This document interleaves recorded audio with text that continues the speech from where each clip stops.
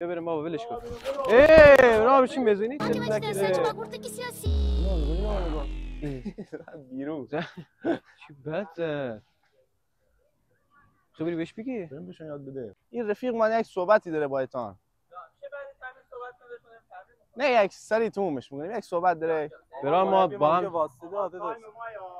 این ضربش اشتباه زد. ما فوتبال بازی میکردم بعد فکر میکنم این ضربش اشتباه زد.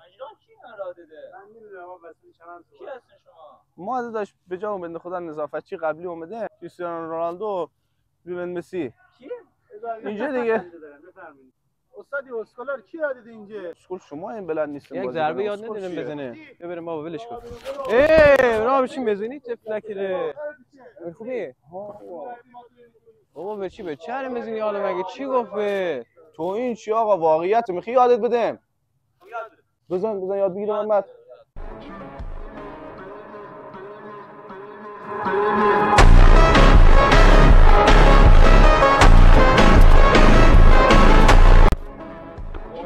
یاد گرفتیم بذار یکی دیگه هم بزنم تازه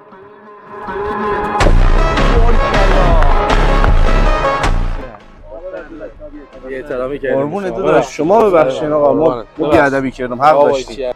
خاک بر سرتون با تمرین کردن.